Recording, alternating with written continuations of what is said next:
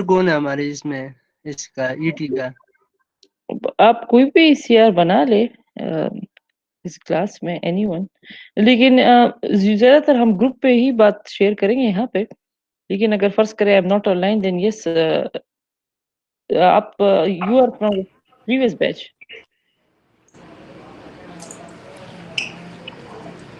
Okay, ठीक है, चले। Isarul Haq will be your CR and और तो कोई खास बात नहीं होगी। लेकिन if I am unavailable and I am unable to post on the group, then I will text this student name Isarul Haq and he will then text you guys. वैसे इतना मसला नहीं होगा इंशाल्लाह। Okay, so let's start with it. Okay, today we will just talk about the basics. ये मैंने books के नाम भी यहाँ पे लिख दिए हैं। P L Theraja is very easily available on the internet.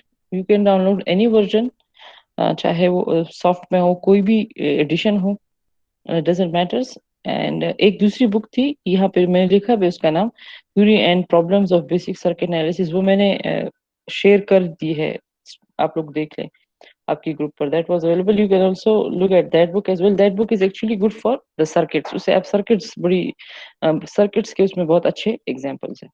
बाकी जो इस मिड टर्म के बाद वाला पोर्शन है वो उसमें नहीं है इतना।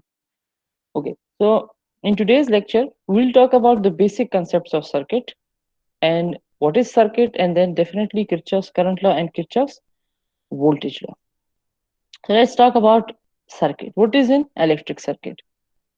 Now we know that circuit किसे कहते हैं? When वो पाथ जिसमें इलेक्ट्रिक करंट फ्लो होता है।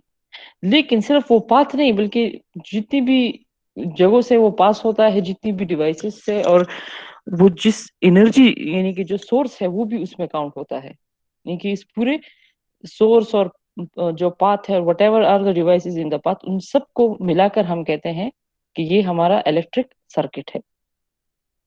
और दूसरे वर्ड्स में ये भी हम कह सकते हैं कि path that transmits electric current, यानी कि इस पाथ में करंट ट्रांसमिट हो रहा है, वो भी हम कह सकते हैं। बट डेफिनेटली उस पाथ में हमारे पास रेजिस्टेंस होता है, डिफरेंट चीजें होती हैं। But we say that the complete path of an electric current including the source of electric energy, which is called electric circuit. Okay, this is the diagram of a very simple circuit. ये हमारे पास battery है और ये lamp है। When you connect these wires together, this becomes a closed circuit. Remember, अगर ये तार यहाँ पे बीच में टूट जाए यहाँ से, then this is a circuit, but this is an open circuit. So current को आप ऐसा कंसिडर करें that it is like water. और अगर बीच में ये पाइप कहीं पे टूट जाए तो वो पानी बह जाता है और फिर अपनी डेस्टिनेशन तक वो नहीं पहुंच सकता। Same is with current. अगर बीच में ये तार कहीं पे टूट गई है या कनेक्शन नहीं है, तो हमारे पास करंट ट्रेवल नहीं करेगा, बल्कि current would stop going to its destination. So remember that in order to transmit a current we need a closed path, यानी कि ऐसा पाथ जिसमें करंट ट्रेवल कर सके। और all the analysis says that in order to understand current you must think of it as water, कि पानी जिस तरह ट्रेवल करता है, क्योंकि वो बंद पाइप से। so this is how current works. current will start from here, goes to the lamp को लाइट करेगा और इस एंड पे आएगा, and it will keep on traveling inside this closed path. Okay, but whenever we are talking about current, सबसे पहले हम किस चीज की बात करते हैं? that is charge, electric charge. Current basis है किस चीज से? इलेक्ट्रिक चार्ज से। जितनी भी इलेक्ट्रिकल फिनोमेना हमारे पास आती है, कि मतलब बिजली और इलेक्ट्रिसिटी और whatever it is, that all depends upon the electric charge. और what is charge? Charge is an electrical property of the atomic particle of what matter consist, यानी कि जो एटम है उसकी ये प्रॉपर्टी है। और इसको हम किस तरह मेजर करते हैं? कूलम्स में। अब ये I have copied all this from the internet, ये जो है this is the name of the scientist who discovered coulomb. अब हम देखते हैं चार्ज कहाँ से आता है। We know that we have an atom ठीक है, the smallest particle of matter. दुनिया में हर चीज को अगर आप जो भी चीज हो इसके सबसे छोटे पार्टिकल पे जाए तो दैट इज एटम। और एटम किस चीज से बनता है? एटम में होते हैं electrons, protons and neutrons. Electrons पे नेगेटिव चार्ज होता है, प्रोटॉन्स पे पॉजिटिव चार्ज होता है, और न्यूट्रॉन्स पे कोई चार्ज नहीं होता। These are the things that we are studying from our school time, so we know that, but we are just giving it a look again, दोबारा इसको ऐसे देख रहे हैं। और हम ये कहते हैं कि जो एक इलेक्ट्रॉन है उस पर जो चार्ज होता है और प्रोटॉन पे वो इक्वल होता है, दोनों का चार्ज। हम कहते हैं ना इलेक्ट्रिकली एक एटम न्यूट्रल होता है। Charge is equal to 1.602 into 10 raised to the power minus 19 coulomb. This is the charge on one electron. And in 1 coulomb of charge, there are this much electrons. यानी कि इसने calculate किया है 1 by 1.602 into 10 raised to the power minus 19 पे divide किया, तो आपको बता रहे कि एक चार्ज में, यानी कि एक कूलम ऑफ चार्ज में इतने इलेक्ट्रॉन्स होते हैं। 6.24 into 10 raised to the power 18 electrons. So जब भी हम कभी सर्किट्स की बात करते हैं, स्टूडेंट्स यूजुअली से इलेक्ट्रॉन्स मूव कर, इलेक्ट्रॉन्स इतने ज्यादा होते हैं कि उनको काउंट करने का कोई सवाल ही पैदा नहीं होता, because atom is a very small particle and then electron is actually a particle of a small portion of atom, so we cannot count the electrons, but we know that whenever a current is passing there are a lot of electrons, बहुत ज्यादा electrons होते हैं। and at the end you would know that everything depends upon electrons। जितनी भी हमारे पास आजकल devices हैं, the laptops, the computers, that mobile, everything uh, goes back to electron। This small thing electron is responsible for huge things। I still remember when we were students, we were in electrical, and our some friends were in civil, and they said we were, I don't know, studying something, and they said you are still studying about electrons। तुम लोग अभी तक electron से stop नहीं। So I was like amazed that electron is such an important thing in our everyday life that no one stops studying electron। Even mechanical engineers have to study about electron। So electron is a very important particle in our everyday life। Okay। अब definitely when we are talking about current, we will also talk about the materials के हमारे पास जो electricity है या electric current है, how does it behave in different materials? So definitely let's talk about conductor, a material in which charges can move to neighboring atoms with relative ease। यानी कि ये हमें पता है कि कंडक्टर किस किस्म का मटेरियल होता है। इसमें जो कंडक्टिविटी है वो ज्यादा होती है क्योंकि इसके आउटर मोस्ट शेल में हमारे पास फ्री इलेक्ट्रॉन्स ज्यादा होते हैं। That is how it is made. इसमें हमारा कोई काम नहीं है, this is made in nature. तो नेचर ने इसको ऐसे बनाया होता है कि this is a very good conductor of current, ये करंट को बहुत आसानी से पास करता है। क्यों? क्योंकि इसके आउटर मोस्ट शेल में हमारे पास फ्री इलेक्ट्रॉन्स होते हैं। अच्छा, दूसरा वो ये कह रहे हैं कि हम रेजिस्टेंस की मदद से भी निकाल सकते हैं। ठीक है, कि मतलब अगर किसी चीज की रेजिस्टेंस कम है तो वो हमारे पास एक गुड कंडक्टर होता है। दूसरा वो ये कह रहे हैं कि जो मेटल्स है उसमें सिर्फ ये जो चार्ज पार्टिकल्स है वो मूव कर सकते हैं, they are actually electrons. Again the same thing कि इनके आउटर मोस्ट शेल में जो फ्री इलेक्ट्रॉन्स होते हैं they are responsible for conducting the electric current. That is how a conductor work. दूसरी बात ये कि there are conductors that are occurring in nature, यानी कि कॉपर, एल्यूमिनियम। लेकिन आजकल रिसर्च जो फिजिक्स कर रहे हैं, they are also trying to do research and trying to make a conductor which is called superconductor। हमारे पास इस वक्त सुपर कंडक्टर है that is gold, but of course it is very expensive। What they are trying to do is they are trying to make superconductor out of other materials, so a material will be cheaper but it will be a superconductor। they are मतलब वो अभी तक अपने काम में थोड़ा बहुत कामयाब हो चुके हैं, but the only problem is that of temperature. तो ये कि उसका जब टेम्परेचर इंक्रीज होता है तो उसकी कंडक्टिविटी कम हो जाती है। So they are trying to build that material which will also work as a super conductor on room temperature as well. इस चीज पे आजकल बहुत रिसर्च हो रहा है। अच्छा, दूसरी बात हमेशा याद रखिए दैट इट हैज अ, जो कंडक्टर है, if we increase the temperature of a conductor then the conductivity will decrease. अक्सर लोग कहते हैं नहीं conductivity, no, with increase in the temperature the conductors conductivity decrease, the insulators conductivity increase. ये उल्टा system है। अगर आप टेम्परेचर इंक्रीज करेंगे तो कंडक्टर की जो कंडक्टिविटी है वो कम होगी, लेकिन अगर आप टेम्परेचर इंक्रीज करेंगे तो इंसुलेटर की कंडक्टिविटी ज्यादा हो जाएगी। क्यों? क्योंकि आप you are giving it continuous heat, इतनी हीट कि उसके outermost electrons would knock out. और आपने देखा होगा अक्सर जब टेम्परेचर ज्यादा होता है तो ये बिजली के तारों का बाहर वाला पोर्शन जो प्लास्टिक होता है वो अक्सर जल जाता है। तो क्यों जल जाता है? क्योंकि वो हीट इतना ज्यादा हो जाता है कि उसके वो आखिरी मेटल्स, जो आखिरी इलेक्ट्रॉन्स है वो अपने शेल से निकल आते हैं because of the heat, but it Burns.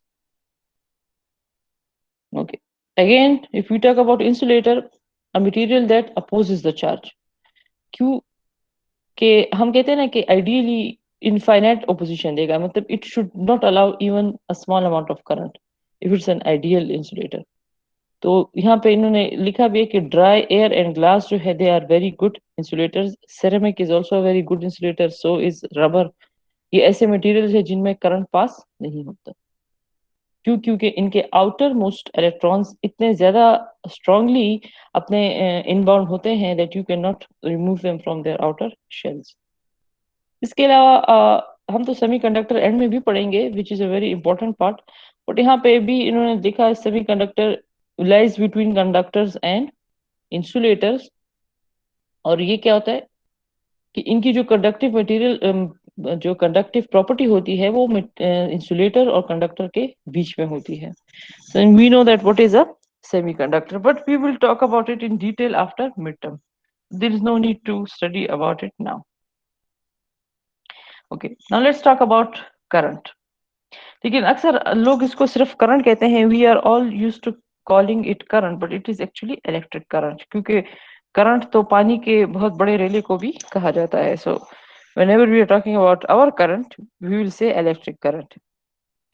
Okay, now we say net flow of charges across any section of a conductor measured in ampere, यानी कि एक कंडक्टर में जितनी चार्जेस जा रही हैं अगर आप उसको मेजर करें कि जी इस तार में से कितनी चार्जेस जा रही हैं, उसको हम कहते हैं करंट, इलेक्ट्रिक करंट। और उसको किस चीज में मेजर किया जाता है? एम्पेयर्स में।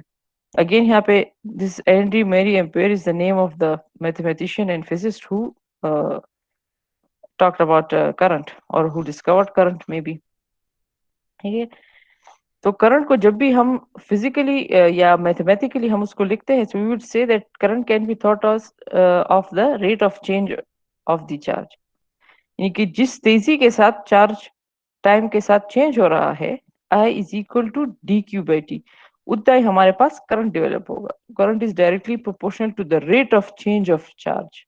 ऐसा नहीं है कि चार्ज अपनी जगह पे पड़ा हुआ है तो करंट है, no, it has to change respect to time. The more it changes the more we get current. इसको भी देखिए, I is equal to d q by t, how fast this changes we get a huge current.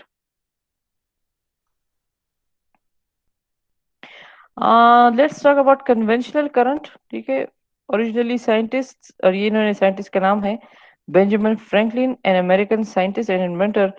वो ये सोचते थे कि current जो है वो पॉजिटिव चार्जेस की मदद से होता है। वो ये सोचते थे कि ये असल में इलेक्ट्रॉन नहीं बल्कि ये प्रोटॉन्स मूव कर रहे हैं, हमारे पास करंट है। तो जितने भी डायरेक्शन करंट की होती थी वो हम कहते थे पॉजिटिव से नेगेटिव की तरफ जा रहे हैं। हम पॉजिटिव, हम जब भी करंट मूव करते थे हम कहते थे this is a positive current, लेकिन असल में ऐसा नहीं होता था। रियलिटी में नेगेटिव चार्ज मूव करता था, मगर स्टार्ट में साइंटिस्ट समझते थे कि ये असल में पॉजिटिव चार्ज मूव कर रहे हैं। बाद में फिर उनको पता चल गया कि दिस इज रॉन्ग, लेकिन चूंकि हर करंट के साथ नेगेटिव साइन लगाना उनके लिए थोड़ा सा मुश्किल था, तो उन्होंने कहा कि it is okay to stick with the conventional current. और हमें पता है कि it is the same thing, the only thing is कि इसके साथ हमें नेगेटिव साइन लगाना पड़ेगा। Again, we say that in reality, metallic conductor current is due to the movement of electrons. However, we follow the universally accepted convention that current is in the direction of positive charge movement. हम इस सबको पता होना चाहिए कि असल में ये इलेक्ट्रॉन्स मूव कर रहे हैं, लेकिन मैथमेटिकल आसानी के लिए हम ये एज्यूम कर लेते हैं कि पॉजिटिव चार्ज मूव कर रहा है। ये देखें, हम जब भी बैटरी की डायरेक्शन लगाते हैं तो हम कैसे करते हैं, दिस इज पॉजिटिव नेगेटिव, और ये एक क्लोज, ये कंडक्टर रेजिस्टर भी हो सकता है, कुछ भी हो सकता है। तो हम जब भी करंट की डायरेक्शन लगाते हैं हम पॉजिटिव से नेगेटिव की तरफ जाते हैं। लेकिन यहाँ पे वो कह रहे हैं कि रियलिटी में ये नेगेटिव से पॉजिटिव की तरफ आ रहा है। ठीक है, the negative current will go towards the positive and because this is negative side and this is positive side. और हमें ये पता है कि नेगेटिव साइड हमेशा पॉजिटिव की तरफ अट्रैक्ट होता है। ये क्यों अट्रैक्ट होता है, this is not our concern, this is what nature has made it, that why is electron attracted towards positive charge, दोनों का चार्ज ऑपोजिट है। कुदरत ने इसको ऐसे बनाया हुआ है that it gets attracted towards the positive charge, so electrons will come and attract here। लेकिन जब आप कभी सर्किट की कोई इक्वेशंस लिखेंगे और जब भी बनाएंगे आप हमेशा उल्टी साइड में इसको एज्यूम करेंगे कि असल में करंट यहाँ से यहाँ जा रहे हैं, लेकिन हमें ये पता होना चाहिए कि ये असल में यहाँ से यहाँ पे आ रहे हैं। Direction matters a lot when you are doing the calculations. Okay, again जब करंट की बात करते हैं, we have two type of currents, one is direct current and the other is alternating current. Direct current का अगर आप time के साथ उसको प्लॉट करें इसकी वैल्यूज को, तो आपको एक सीधा लाइन मिलेगा। ठीक है, it will not change its magnitude और इट्स डायरेक्शन। और इसी तरह अगर आप अल्टरनेटिंग करंट को ड्रॉ करें विद रिस्पेक्ट टू टाइम, तो ये उसकी वैल्यूज, उसका मैग्नीट्यूड जीरो से लेके जो भी आपकी वैल्यू है, in our case we have 220, यहाँ तक आएगा, फिर जीरो पे आएगा, फिर -220 पे, फिर जीरो पे, और ये जितनी तेजी से होता जाएगा हमें पता है कि दिस इज द फ्रीक्वेंसी, उतनी ही इसकी फ्रीक्वेंसी हाई होगी। And this is how DC works, DC is a straight line. इसी तरह लेट्स टॉक अबाउट वोल्टेज। तो जब भी हम करंट की बात करते हैं वोल्टेज भी उतना ही इंपॉर्टेंट है। Right now you are not concern कि वोल्टेज बनता कैसे है, ये हम मिनट के बाद देखेंगे कि how do we get voltage. Right now हमें ये पता होना चाहिए कि भाई वोल्टेज हमारे पास इस स्विच में आ रहा है, और वोल्टेज वो पावर है, वो फोर्स है जो इस करंट को मूव कराती है। क्योंकि करंट क्या चीज है, मूवमेंट ऑफ इलेक्ट्रॉन्स है। लेकिन वोल्टेज के बगैर वो मूवमेंट नहीं होगी। आपने अगर स्विच नहीं ऑन किया तो इस तार में तो किसी भी डिवाइस में करंट तो नहीं मूव करता जब तक आपने स्विच नहीं लगाया। उसमें तो इलेक्ट्रॉन्स होते हैं, लेकिन उनको पुश करने के लिए हमें वोल्टेज की जरूरत पड़ती है। तो what do we say, voltage को इलेक्ट्रोमोटिव फोर्स भी कहा जाता है, पोटेंशियल भी कहा जाता है। कुछ जगहों पर ये ई से रिप्रेजेंट होता है, कुछ जगहों पर ये वी से रिप्रेजेंट होता है, एक ही बात है। We say voltage is the energy required to move a unit charge. ठीक है, ये वो पावर है जो हमें चाहिए, वो एनर्जी है जो हमें चाहिए कि हम इलेक्ट्रॉन को मूव करें through a circuit, and is measured in volts, again the name of the scientist जिसने वोल्टेज डिस्कवर किया था। तो ये वो एनर्जी है, इस एनर्जी के बगैर करंट मूव नहीं करेगा। Current can not move on its own, it needs some power. This is how we write voltage. देखिए, आपके पास दो चार्जेस हैं, एक है पॉजिटिव चार्ज और एक है नेगेटिव चार्ज। इस बैटरी को देखें, इन दोनों को आपने एक दूसरे से दूर किया हुआ है। अगर आप इन दोनों को एक दूसरे से दूर नहीं करेंगे, they will attach, they will combine with each other. So जित पावर से आपने इनको दूर किया हुआ है, अब वो पावर डिपेंड करेगा। लेट्स से आपने इनको बहुत ज्यादा एक दूसरे से दूर किया हुआ है, इतना कि but they are attracting each other a lot. So जितनी ताकत से ये इलेक्ट्रॉन यहाँ पे आएगा उतना ही हम कहेंगे कि वोल्टेज हमारे पास हाई है।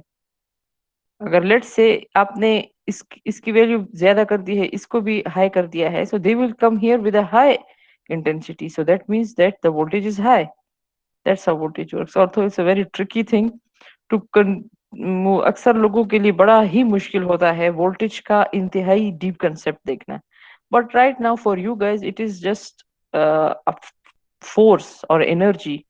आप इतना सोचे कि ये वो एनर्जी है जो करंट को मूव करेगी, जो इलेक्ट्रॉन्स को पुश दे रहा है, making them move. So without voltage you can not have current. तो याद रखें कि वोल्टेज करंट से ज्यादा इंपॉर्टेंट है, वो पावर है जो करंट को मूव करेगी। और अगर हम मैथमेटिकली वोल्टेज को लिखें, so we write V is equal to change in work by time. क्यों, dw is actually the change in energy divided by charge. What we are doing is we are the energy required to move the charge. This is how we write voltage. इसी तरह current की तरह voltage के भी दो types हैं. One is DC and other is AC. मैंने draw नहीं किए because they are just exactly like this. Okay, देखिए दिस इज, अगर हम इसको वोल्टेज को देखें तो देखिए ए पॉइंट और बी पॉइंट यहाँ पे है प्लस माइनस. अब आपकी मर्जी है, आप क्या कहते हैं, प्लस से माइनस की तरफ जाऊंगा, दिस इज 3 वोल्ट. नहीं, ओ नो नो, इसको आप अगर माइनस करें, इसको प्लस करें, यहाँ पे माइनस साइन लगाए, इसको माइनस प्लस करें, everything is concern with science when you come to voltage. चलिए इसकी समझ आपको आगे ज्यादा अच्छी आएगी. What I am talking about. Let's talk about power. What is power? The rate of change of expanding or absorbing energy per unit time. Energy is voltage. वो ये कह रहे कि जिस रेट से वो एनर्जी हम इस्तेमाल कर रहे हैं पर यूनिट टाइम, उसको हम कहेंगे पावर. और again this is the name of the scientist. देखिए, James Watt, a Scottish inventor and mechanical engineer. So now you guys should know that you guys are not very much far away from these things. They were studied by your what can I say, your fellow and sister mechanical engineers. ठीक है. तो power क्या चीज है? जब भी आपके पास कभी कोई, लेट्स से, जिस तरह हमारे पास एयर कंडीशन है, फैन है, हम कभी ये नहीं देखते इसका ये कितने वोल्टेज है. हम कहते हैं इसकी क्या पावर है, इसका ये कितने वॉट पे चलता है. Watt, WATT watts. ये 200 वॉट है, ये 1000 वॉट है. दैट्स व्हाट वी से. इसका मतलब ये है कि देखिए, मैं आपसे कहूँ कि जी ये 220 वोल्ट पे चलता है और लेट्स से 5 एम्पेयर इस करंट लेता है, तो आप मुझे कहेंगे कि वो तो ठीक है, लेकिन कितने टाइम के लिए, पर यूनिट टाइम कितने, मतलब लेट्स से मैं आपसे कहूँ कि जी ये 1 घंटे में इतना चलता है. ठीक है, दैट इज, हम यूनिट देखें, we have to include time. जब आप कभी किसी डिवाइस को चलाते हैं तो वो उस वक्त पावर तो नहीं ले रहा, वो तो उस वक्त वोल्टेज ले रहा है और करंट. लेकिन जब आपके पास बिल आता है तो वो उस टाइम पे डिपेंड होता है. फॉर एग्जाम्पल, आपने एसी 24 घंटे चलाया है तो आपके पास बिल ज्यादा आएगा. आपने एसी कम चलाया है तो बिल कम आएगा. तो it depends upon the time. तो पावर वो चीज है जिसने वोल्टेज और करंट में टाइम को ले आया. कह रहा है कि एनर्जी हम यूज कर रहे हैं, ये हमारा डिवाइस एनर्जी इस्तेमाल कर रहे हैं, लेकिन कितने टाइम के लिए. टाइम भी तो जरूरी है, हमें पता होना चाहिए how much time. So that is what power it is. It is the rate of change of energy per unit time. कितने टाइम के लिए आप एनर्जी ले रहे हैं, that is what we are talking about power. यानी कि power से ही हम अंदाजा लगाते हैं भाई इसने कितने टाइम में इतनी एनर्जी ली. अक्सर हम कहते हैं ना कि ये 1000 वॉट का है. इसका मतलब ये है कि ये इस डिवाइस के मुकाबले में, अगर फर्ज करें हमारे पास दो डिवाइसेस है, एक टेलीविजन है और लेट्स से एक एयर कंडीशन है. हम कहे टेलीविजन 500 वॉट है और एयर कंडीशन 1000 वॉट है. इसका मतलब क्या हुआ, दोनों के पास वोल्टेज एक ही जितनी आ रही है, लेकिन ये क्या कर रहा है, ये 1 घंटे में 500 वॉट खर्च कर रहा है, ये 1 घंटे में इतने वोल्टेज कर, और ये वाला जो है ये 1 घंटे में इतने वॉट खर्च कर रहे हैं. That's what it is. यानी कि the air condition is using more energy. That's why we are including the time. Now यहाँ पे इन्होंने कहा है कि as it is change, rate of change of energy per unit time, so this is how we write P is equal to dW by T. dW is rate of change of energy per unit time. अब अगर हम इसको expand करें तो हम ऐसा कर सकते हैं ना, dW by dQ into dQ by dt. अगर आप इसको इंटू dQ by dt लगा दें इसके साथ, तो मेरे ख्याल से इससे ऐसा नहीं पड़ता. क्यों? क्योंकि dQ और dQ एक दूसरे के साथ कट जाएगा and it will again be dW by dt. So हमने इसको ऐसे लिख लिया. लेकिन अगर आप फिर इसको देखें, सो what is dW by dQ? It is V. देखिए, dW by dQ is voltage and dQ by dt is current. So we got voltage into current. ये हमारे पास पावर का इलेक्ट्रिकल टर्म है VI. So P will always be VI. इस चीज को अगर आप नहीं भी समझ रहे, doesn't matters. Whenever we are calculating power, you just need to remember VI. हमारा इसी से काम है. Because we will talking about circuit, तो उसमें हमारे पास P is equal to VI आता है। अच्छा, now let's come to the components of circuits. Circuits में हमारे पास दो टाइप ऑफ कंपोनेंट्स होते हैं, एक होते हैं एक्टिव कंपोनेंट्स और दूसरे होते हैं पैसिव कंपोनेंट्स। एक्टिव कंपोनेंट्स वो कंपोनेंट्स होते हैं जो सर्किट को एनर्जी दे रहे हैं, जैसे कि current source and power source. और पैसिव कंपोनेंट्स वो कंपोनेंट्स होते हैं जो सर्किट से एनर्जी ले रहे हैं, यानी कि रेजिस्टर्स, कैपेसिटर्स, इंडक्टर्स एटसेट्रा। अब हम लोगों की आप लोगों की ये खुशकिस्मती है that you guys won't study about capacitor inside the circuit. हम लोग सिर्फ कैपेसिटर के बारे में थोड़ा पढ़ेंगे, दैट्स इट। अगर आप लोगों को ये पढ़ना होता दैट कैपेसिटर को सर्किट में डालने, वो फिर जरा मुश्किल हो जाता।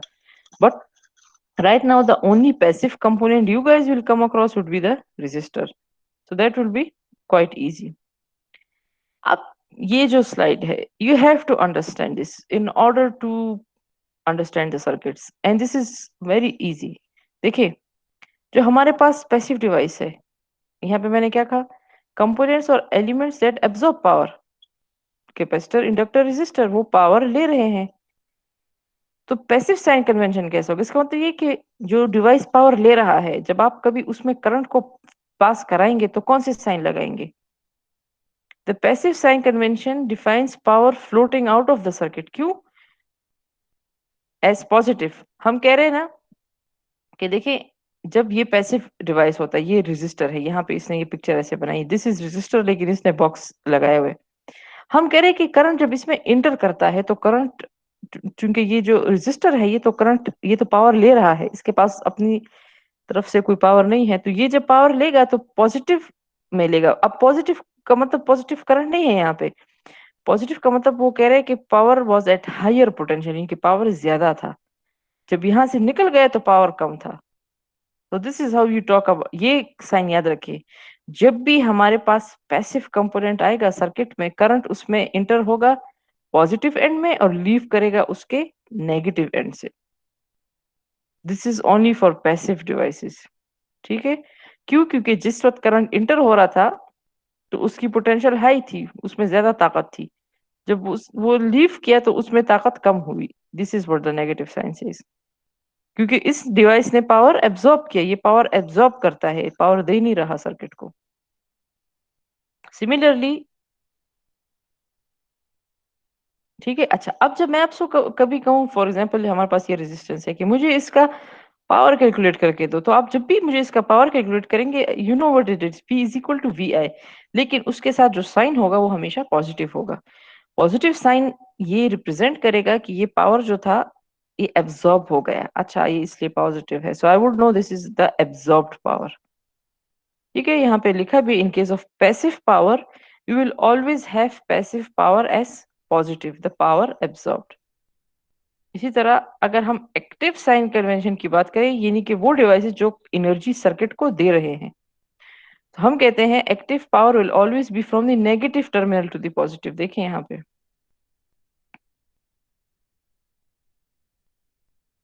ये हमारा बैटरी है ना। देखिए बैटरी कहाँ से जा रही है? माइनस से प्लस की तरफ। हम जब भी बैटरी में करंट बात करते हैं, हम यू जाते हैं, फ्रॉम माइनस टू प्लस।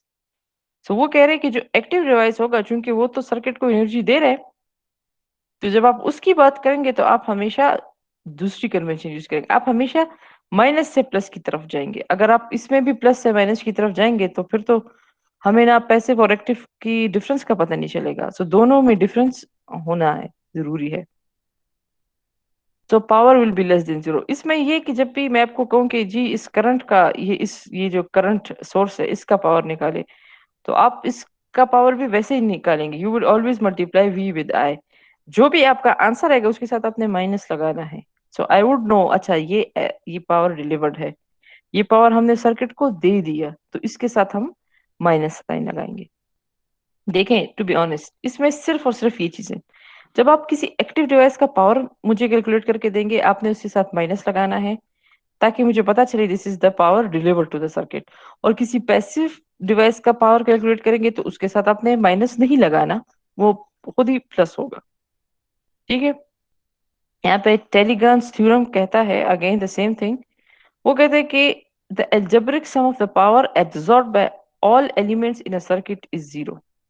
यानी कि जितना पावर सर्किट को दिया गया है उतना ही लिया जाता है।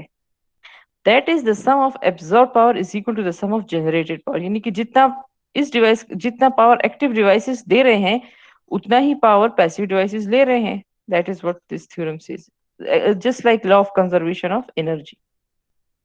ये एक एग्जांपल करेंगे तो आपको समझ आ जाएगा कि what are we talking about. अच्छा, अब देखिए यहाँ पे क्या लिखा हुआ है, डिटरमिन द अननोन वोल्टेज और current in the following figures. देखिए यहाँ पे हमारे पास V है, हमें नहीं पता वोल्टेज क्या है, करंट आ रहा है, ठीक है। अब हमें ये भी नहीं पता कि ये प्लस में आ रहा है कि माइनस में आ रहा है, क्या ये what is it a resistor anything, we don't no.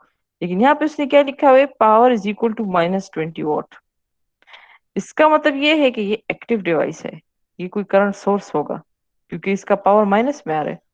तब आप इसमें मिसिंग क्वांटिटीज कैसे निकालेंगे, हमें इसमें सिर्फ वोल्टेज की जरूरत है, पावर हमारे पास है। How can we find current, current भी उसने दिया हुआ है 5 एम्पेयर। तो V हम कैसे निकालेंगे, P is equal to V into I, ठीक है। तो P हमारे पास है -20 एंड I हमारे पास है 5 ampere. So V is equal to P by I, -20/5। लेकिन माइनस को आप इग्नोर कर देंगे, ये याद रखें, ऐसा ना आप माइनस को सोचें। सो 20/5 क्या आता है, 5 4 20, so our voltage will be 4 volt. That is so easy, यानी कि आप अननोन क्वांटिटीज कैसे निकालेंगे, that's how we solve it. But you guys should know these are not the examples that will come in paper. We will directly go to the uh, nodal analysis and mesh analysis. These are just for your practice. इसी तरह यहाँ पे voltage given है 5 volt और power भी given है 40 volt. अब यहाँ से हमें पता चल रहा है कि जी हमारा पावर जो है वो 40 वोल्ट है, इसका मतलब ये है कि ये एब्जॉर्ब कर रहा है। लेकिन आपसे हमने क्या किया, हमें करंट निकाल के दे, so how are we suppose to find current, very easy. P is equal to V I, तो P is equal to V I से हम बड़ी आसानी के साथ I निकाल सकते हैं। अच्छा, now when we talked about current and voltage we can not skip resistance, ठीक है। So what is resistance, different materials allow charges to move within them with different level of ease, ठीक है। हर material की अपनी quality है कि वो charges को कितने आसानी से जाने देता है। तो हम क्या कहते हैं, this is the physical property और ability to resist current is known as resistance. इसलिए हम कहते हैं कि अगर हमारे पास एक मटेरियल है जिसका क्रॉस सेक्शनल एरिया यूनिफॉर्म है ए एंड लेंथ एल, तो हमारा जो लेंथ है वो इनवर्सली प्रोपोर्शनल होता है रेजिस्टेंस की, सॉरी, लेंथ जो है वो ए की इनवर्सली प्रोपोर्शनल है। What I don't know what have I wrote, area is directly proportional, sorry, area is inversely proportional to the resistance and length is directly proportional to the resistance। यानी कि आपकी length जितनी ज्यादा होगी आपकी resistance भी उतनी ज्यादा होगी, और अगर आपका एरिया ज्यादा होगा तो आपकी रेजिस्टेंस कम होगी।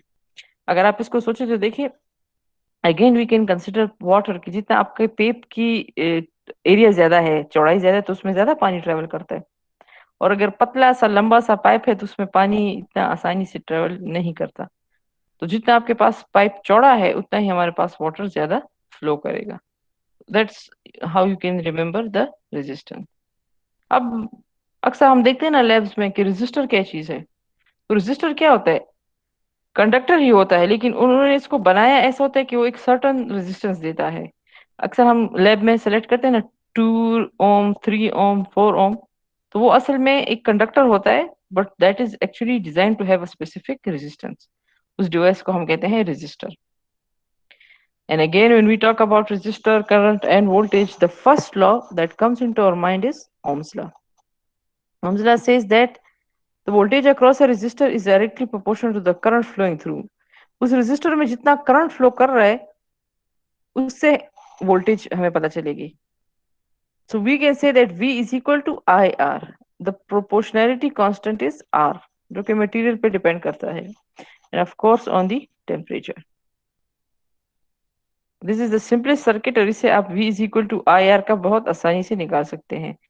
हम इस वाले V की बात नहीं कर रहे हैं, हम इस वाली V की बात कर रहे हैं। The voltage across the resistance, यहाँ पे जो वोल्टेज डिवेलप होगी that will be equivalent to the current flowing through it and the resistance of this resistor.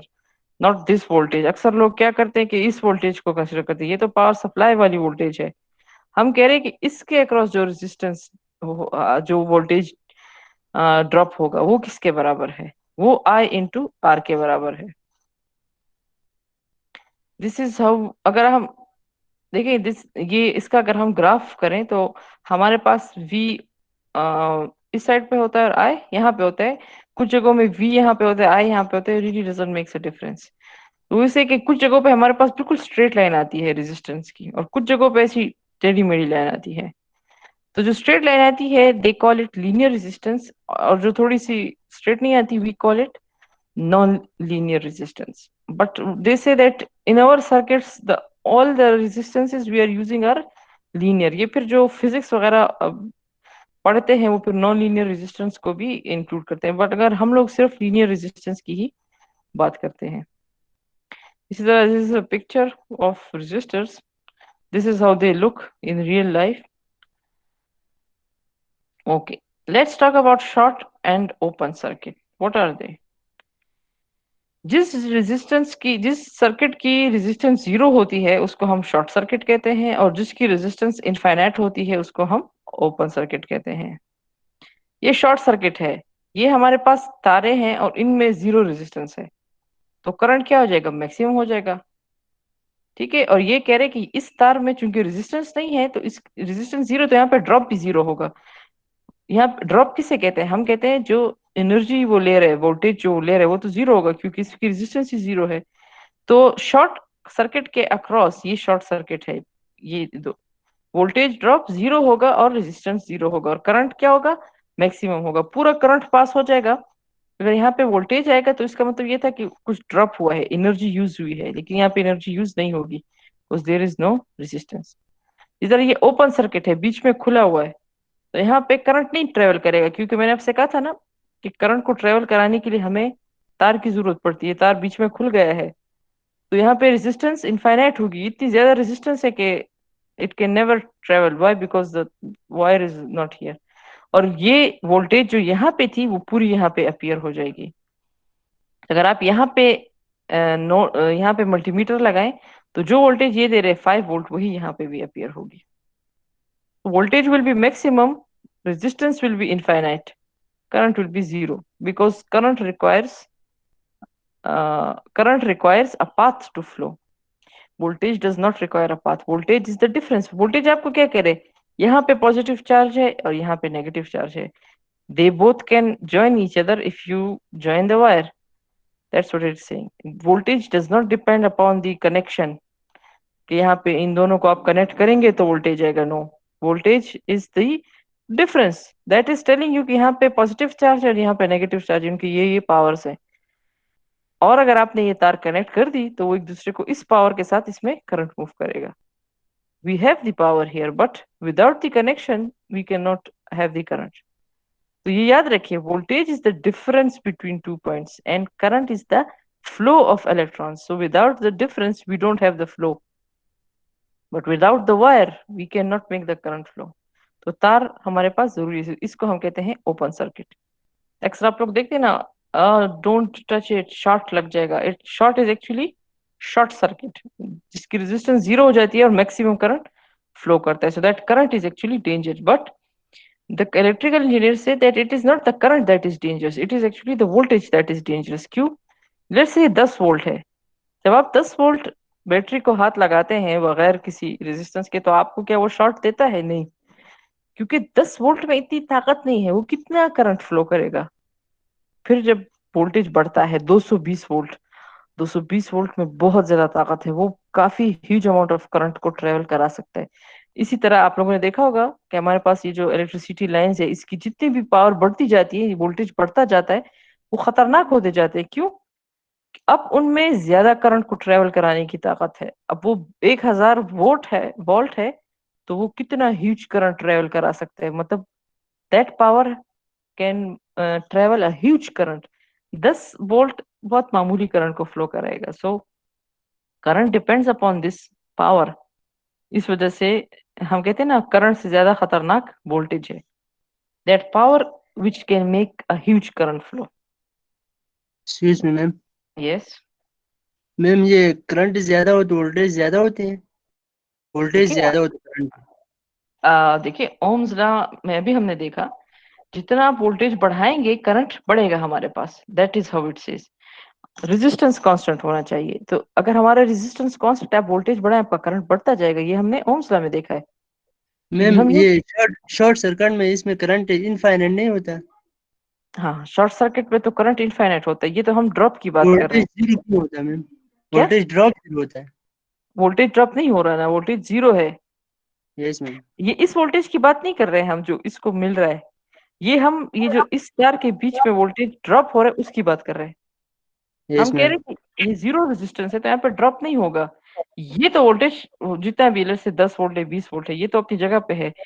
ये वोल्टेज उस ड्रॉप की बात कर रहे हैं जो यहाँ पे खर्च हो रहा है, यहाँ पे कुछ नहीं खर्च हो रहा। वैसे आइडियली कुछ ना कुछ फिर भी खर्च होगा, लेकिन सॉरी मेरा मतलब है प्रैक्टिकली, लेकिन आइडियली नहीं खर्च होगा। प्रैक्टिकली तो फिर भी हमारे पास जीरो रेजिस्टेंस इम्पॉसिबल है, लेकिन आइडियली हम कह सकते हैं कि इसकी रेजिस्टेंस जीरो है। वैसे तो अगर प्रैक्टिकली देखें तो तार की कुछ ना कुछ रेजिस्टेंस इंटरनल होती है, मगर यहाँ पे हम इसको एज्यूम कर रहे हैं कि इसकी इंटरनल रेजिस्टेंस जीरो है। तो ये वो ड्रॉप, देखिए आप एक बात याद रखें, ये ड्रॉप, ये जब हम किसी डिवाइस के अक्रॉस वी लगाते हैं यहाँ पे, ये ड्रॉप की बात कर रहे हैं कि कितना वोल्टेज खर्च हुआ है यहाँ पे। ये तो सप्लाई की वोल्टेज है, ये तो आती जाएगी। यहाँ पे जो हम वी लिखेंगे वो ड्रॉप होगा, देखिए ये ड्रॉप है, ये सप्लाई है, ये वोल्टेज हम इसको देते जा रहे हैं और यहाँ पे कुछ ना कुछ खर्च होगा। ठीक है, तो अभी कोई वेल पे जाते हैं तो आपको समझ आ जाएगी कि हम किस चीज की बात कर रहे हैं। फिर ओपन सर्किट क्या होगा ओपन सर्किट में? अच्छा, ओपन सर्किट ये होगा कि यहाँ पे इन तारों को आपने बीच में खोल दिया है। जब तक आपने तारें खोल दी हैं बस, इसमें करंट नहीं फ्लो कर सकता। करंट को फ्लो करने के लिए तार की जरूरत है। आपने तारों को बीच में खोल दिया, ओपन सर्किट खुला सर्किट होता है। मैम यहाँ पे फिर वोल्टेज, वोल्टेज ड्रॉप भी जीरो होना चाहिए ना? नहीं नहीं, वोल्टेज ड्रॉप जीरो नहीं। देखिए इसका मतलब ये है कि यहाँ पर इस तार में, ये तार आपने एक साइड पे रखा है, दूसरा इसमें पॉजिटिव पोटेंशियल है, इसमें नेगेटिव पोटेंशियल है। ड्रॉप इसका मतलब देखिए, it is not the drop actually, it is telling you कि अगर आपने इनको कनेक्ट कर दिया तो इस तार को, तो यहाँ पर देखिए, this is the what I am trying to say, this is the potential potential difference between two points. ये आपसे कह रहे हैं कि इस पॉइंट पर और इस पॉइंट पर एक डिफरेंस है। ड्रॉप यहाँ पे इसलिए हो रहा है कि ये खर्च नहीं हो रहा, लेकिन ये आपको बता रहे कि यहाँ पे इतना मतलब डिफरेंस है, इन दोनों पॉइंट्स के बीच में इतना डिफरेंस है। अगर आप यहाँ पे मेजर करेंगे वोल्टेज को तो आपको जीरो वोल्टेज नहीं देगा, वो आपको वही वोल्टेज देगा जो इधर है। लेट्स से ये 10 वोल्ट है तो आपको कहेगा इधर भी 10 वोल्ट है। That's what it is. ये खर्च नहीं हो रहा, ये पूरा वोल्टेज यहाँ पे आ रहा है, अपीयर हो रहा है यहाँ पे। खर्च तो तब होता है जब करंट फ्लो करता है। I am understanding what you are saying कि ये तो ओपन है, ये खर्च नहीं हो रहा। ये आपको कह रहे हैं कि इस पॉइंट पर और इस पॉइंट पर एग्जैक्टली वही वोल्टेज आ रहा है जो इधर था, 10 वोल्ट 10 वोल्ट। ये खुला, ये इसमें अंदर जा ही नहीं रहा यहाँ पे।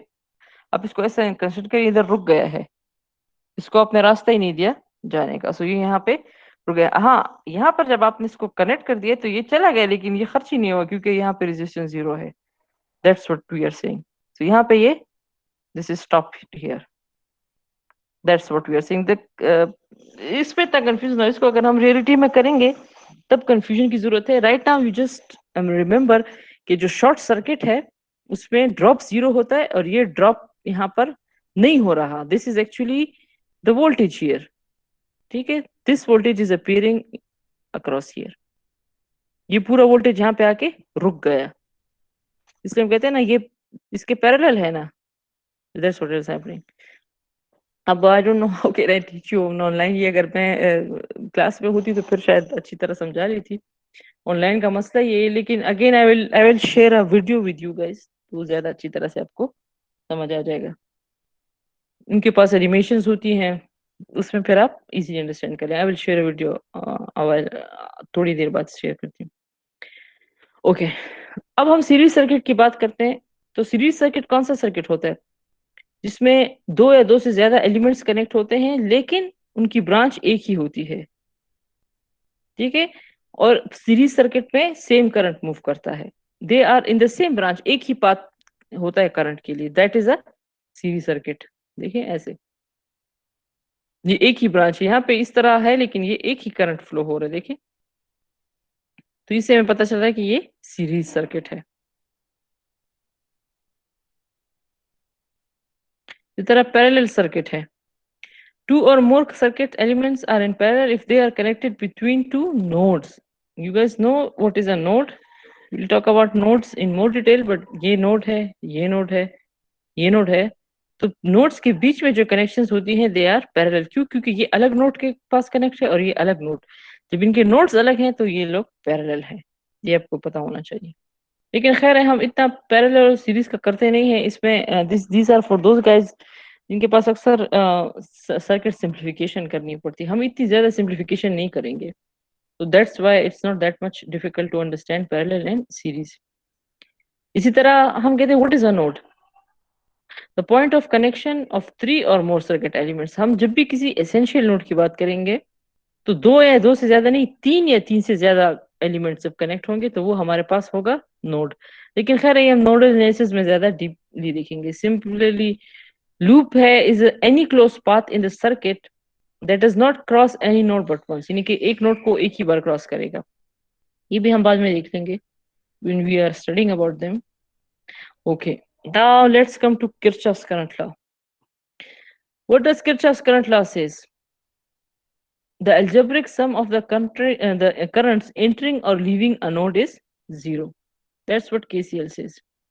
ठीक है, the current entering a node may be अच्छा, अब हम कह रहे हैं ना करंट जो जितने नोड में इंटर हो रहे हैं that is equal to current जितने नोड से जा रहे हैं। वो आपसे कह रहा है आपकी मर्जी है, अगर आप एंटरिंग करंट को पॉजिटिव करंट लेंगे तो फिर आपने लीविंग करंट को नेगेटिव लेना है। अगर आप लीविंग करंट को पॉजिटिव कहेंगे तो फिर आपने एंटरिंग करंट को नेगेटिव कहना है। दोनों को आप एक साइन नहीं देंगे, लीविंग और एंटरिंग दोनों का साइन चेंज होना चाहिए। Then you can do the calculations properly if you just remember कि leaving and entering current has to be have different sign, दोनों का एक साइन नहीं होना चाहिए। Again the same thing, the sum of currents entering a node is equal to the sum of currents leaving a node. See, summation of entering current is equal to summation of leaving currents. एक यहाँ पे example है, देखिए इसको अगर आप कर सकते हैं तो देखिए if you right equation note this, I know this would be a bit difficult. देखिए ये नोड है 2, यहाँ पे इससे एक करंट जा रहा है I1 और एक करंट इससे जा रहा है I6 और एक करंट यहाँ पे आ रहा है I4। अगर आप नोड 2 की इक्वेशन लिखे तो यू विल से, ठीक है, I4 is equal to I1 plus I6। इसको अगर आप पॉजिटिव लिखेंगे तो इन दोनों को नेगेटिव लिखेंगे। इसी तरह यहाँ पर एक आ रहा है, ये जा रहा है, ये भी आ रहा है, ये भी जा रहा है। This is just to write the equations ताकि आपको पता चले कि इंटरिंग और लीविंग करंट को आपने डिफरेंट साइन देने हैं। देखिए let's say I am writing the equation of node 2, so I will say leaving current को मैं पॉजिटिव लिखती हूँ, I will say I1 plus I6, entering current should be negative minus I4। So I1 और I6 इस side पे रह जाएगा और 0 की उस अक्रॉस पे I4 चला जाएगा। सो I would say I1 plus I6 is equal to I4। So entering current is equal to leaving current और leaving current is equal to entering current. चलिए ये जब एग्जांपल्स करेंगे, यहाँ पे देखिए ये नोड है, I1 इंटर कर रहा है, I2 इंटर कर रहा है, I3 इंटर कर रहा है, I4 और I5 लीव करे, तो आप कैसे लिखेंगे? I1 इंटर कर रहा है प्लस, आपकी मर्जी है, आप इसको नेगेटिव भी लिख सकते हैं। I2 भी इंटर कर रहा है तो प्लस और I3 भी इंटर कर रहा है तो प्लस। लेकिन I4 और I5 इंटर नहीं कर रहे बल्कि लीव कर रहे, तो आपने उनके साथ माइनस लगाना है, minus I4 plus minus I5। हम सबको ऐड कर रहे हैं मगर उनके साइन साइन डिफरेंट होना चाहिए। जब आप इसको सिंप्लीफाई करेंगे तो आपके पास क्या आएगा? I1 plus I2 plus I3 is equal to I4 plus I5. So we say sum of entering current is equal to sum of leaving currents. I4 and I5 are leaving, so they will go on the other side of 0. और आप कहते हैं sum of all the currents at a node is equal to 0, ये भी आप कह सकते हैं। This is what Kirchhoff's current law says. Okay, now let's talk about Kirchhoff's voltage law. जिस तरह करंट लॉ है, वोल्टेज लॉ कहता है sum of the voltage drop across a close path is 0। यानी कि sum of voltage drops is equal to sum of voltage rises. इसका क्या मतलब है? ये पावर सप्लाई है, ये जो वोल्टेज देगा इस सर्किट को उसको हम कहते हैं वोल्टेज राइज। क्यों? क्योंकि ये दे रहा है, ये रेजिस्टर है, इसके क्रॉस जो वोल्टेज आएगा उसको हम कहेंगे voltage drop. Same like passive and active, voltage drop, voltage rise. ठीक है। अब अगर इसकी आप इक्वेशन लिखें तो देखिए यहाँ पे हर जगह पर उसने साइन लगाया हुआ है। ये वोल्टेज राइज है तो इसका साइन होगा माइनस टू प्लस, ये वोल्टेज ड्रॉप है तो plus two minus, plus two minus, minus to plus, क्योंकि ये वोल्टेज राइज है, plus two minus, this is also drop. क्यों? अच्छा, अब दूसरी बात, ड्रॉप्स और राइजेस को अगर अपार्ट रखे, यहाँ पे उसने ये एरो ड्रॉ किया है, what is it? This is current direction. ये कुछ लोग क्लॉकवाइज लेते हैं, कुछ लोग एंटी क्लॉकवाइज लेते हैं, डजंट मैटर्स, बट ये आपको बता रहे हैं कि आपने यहाँ से शुरू करना है तो इसी एरो के मुताबिक चलना है। ये नहीं है कि एक इधर और फिर यहाँ से यहाँ पे, no, you have to follow the arrow for your easiness. यहाँ पे जब हम स्टार्ट करेंगे सो माइनस टू प्लस को लेट से मैंने ले लिया, is from minus to plus, this is active sign convention, so this is actually a voltage rise, this is a voltage drop। तो हम कहेंगे V1 minus V2 minus V3 plus V4 minus V5, ऐसा भी कर सकते हैं। या अगर आप कहें कि नहीं मैं राइज को एज अ माइनस लूंगा पावर की वजह से और ड्रॉप को एज अ प्लस लूंगा, तो ऐसे भी हो सकता है। आप लिखिए -V1 plus V2 plus V3 minus V4 plus V5। अब ये चीजें मैं कहाँ से कह रही हूँ? I am only saying this by the science. अगर माइनस से प्लस को मैं माइनस लेती हूँ तो फिर प्लस से माइनस को मैंने प्लस लेना है। You can not consider both. अब आप लिखें V1 plus V2 plus V3 plus V4 plus V5, no, that is totally wrong. इनके साथ साइंस लगे हुए, आप इनको एक ही वो नहीं कह सकते। ये अगर वोल्टेज राइज है तो ये ड्रॉप है, you can not consider both of them the same. ये एनर्जी दे रहे सर्किट को तो ये तो एनर्जी ली जा चुके वोल्टेजेस है। तो if you just understand this sign conventions तो फिर आपके लिए एक नोडल एनालिसिस और मेश एनालिसिस बिल्कुल गपशप है। रिमेंबर, अगर माइनस से प्लस को हम माइनस लेते हैं -V1, तो प्लस से माइनस को हम लेंगे प्लस, प्लस माइनस प्लस। ये बात याद रखें। अगर कहीं पे ये साइन नहीं लगे, जैसे आपके यहाँ पे तो नहीं लगाए पे, तो किसी ने प्लस माइनस नहीं लगाया, तो आपको खुद पता होना चाहिए दिस इज अ रेजिस्टर। तो if the current is going like here, अब आप कहीं नहीं मैं इसकी डायरेक्शन उल्टी करना चाह रहा हूँ, तो ठीक है, आप इसकी डायरेक्शन उल्टी करें तो भी सेम ही चीज आएगी। कैसे? माइनस टू प्लस हमारे पास आ जाएगा माइनस, लेट्स इसको माइनस लेते हैं, -V5, तो प्लस से माइनस क्या आएगा? Plus V4। ये हमारे पास आएगा -V3 -V2, ये हमारे पास आ जाएगा +V1 इज इक्वल टू 0। इस जीरो के उस साइड पे चले जाएंगे, फिर इनके पास वही साइंस आ जाएंगे। It's the same thing. You guys have to know what is the drop and what is the rise. ये तो आपको बड़ी आसानी से पता चल जाएगा सर्किट को देख के। This is the rise, this is the rise, these are the drops, this is the, if you go from this direction this is the drop, अगर आप दूसरी डायरेक्शन में जाते हैं this is the rise, but it's the same, it will always fall in this category. ये remember again the sign convention is very important. तो जब हम इस पे एग्जांपल करेंगे फिर आप ज्यादा अच्छी तरह समझ जाएंगे। Let's come here. अब यहाँ पे क्या है? 45 वोल्ट। अगर आप लेट से यहाँ से लेते हैं करंट या उल्टी साइड से लेते हैं, आप लोग देखेंगे you won't have any difficulty. ठीक है, सो व्हाट इज हैपनिंग? अगर आप अपने साथ लिखे तो ज्यादा अच्छा है। माइनस टू प्लस लिखते हैं, लेट्स राइट। अच्छा, दूसरी बात, इनके वोल्टेज ड्रॉप देखिए नहीं लिखे हुए। यहाँ पे क्या लिखा हुआ है? 7.5 kilo ohm, 10 kilo ohm, 5 kilo ohm. जबकि यहाँ पे हमारे पास we need voltages across every device, so how are we suppose to find it? This is a series circuit, इसकी एक ही, इसमें एक ही करंट होगा। तो पहले हम करंट निकालेंगे। तो करंट कैसे निकालेंगे? V is equal to I R, I is equal to V by R. What is V? 45 supply voltage, and what is R? इन तमाम रेजिस्टेंसेस को ऐड करके V पे डिवाइड करेंगे तो आपके पास करंट आ जाएगा। ठीक है। अब यहाँ का वोल्टेज ड्रॉप आप कैसे मालूम करेंगे? Exactly the same formula, V is equal to I R. I तो चूंकि सेम है लेकिन आर के साथ आप मल्टीप्लाई करेंगे और आप देखेंगे यहाँ पे ड्रॉप कम आएगा, यहाँ पे सबसे ज्यादा आएगा और यहाँ पे थोड़ा सा कम आएगा। क्यों? कि जितना रेजिस्टेंस ज्यादा होगा उतना ड्रॉप ज्यादा आएगा, उतनी वो ज्यादा एनर्जी खर्च कर रहे हैं, ज्यादा वोल्टेज ले रहे हैं अपने पास।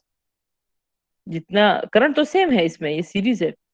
The higher the resistance, the higher is the voltage drop. This is called voltage divider rule. क्या आप लोगों का अगर लैब याद है उसमें हमने ही किया था। तो यहाँ पे ड्रॉप आ जाएगा यहाँ पे, when you multiply I with this R. और फिर आप क्या करेंगे, this would be in minus, ये plus V1 plus V2 plus V3, तो हमारे पास आ जाएगा -V1, सॉरी इसको हम V0 लिख देते हैं, -V0 plus V1 plus V2 plus V3 is equal to 0। V1 V2 V3 को इधर ही रहने दे, V1 को उधर ले जाए, तो हमारे पास हो जाएगा V1 इज इक्वल टू, ना sorry V0 is equal to V1 plus V2 plus V3। और आप देखेंगे Kirchhoff voltage law should be, मतलब इस लॉ को प्रूव होना चाहिए। ये तीनों, इनके अक्रॉस जो रेजिस्टेंस, जो वोल्टेज ड्रॉप्स आएगी वो 45 वोल्ट के इक्वल आना चाहिए। Let's see it. आप लोग इसको कैलकुलेट करें और फिर देखें कि आता है कि नहीं आता। I will ask you guys in the next class, ठीक है? मैंने खुद भी नहीं सॉल्व किया, but it is very easy. तो आप इसको करें और प्रूफ करें कि इस साइड पर और इस साइड पर सेम आता है। दूसरी बात, पावर की बात करते हैं। ये इसका पावर आप नेगेटिव के साथ लेंगे तो ये क्या, इसका पावर क्या होगा, VI।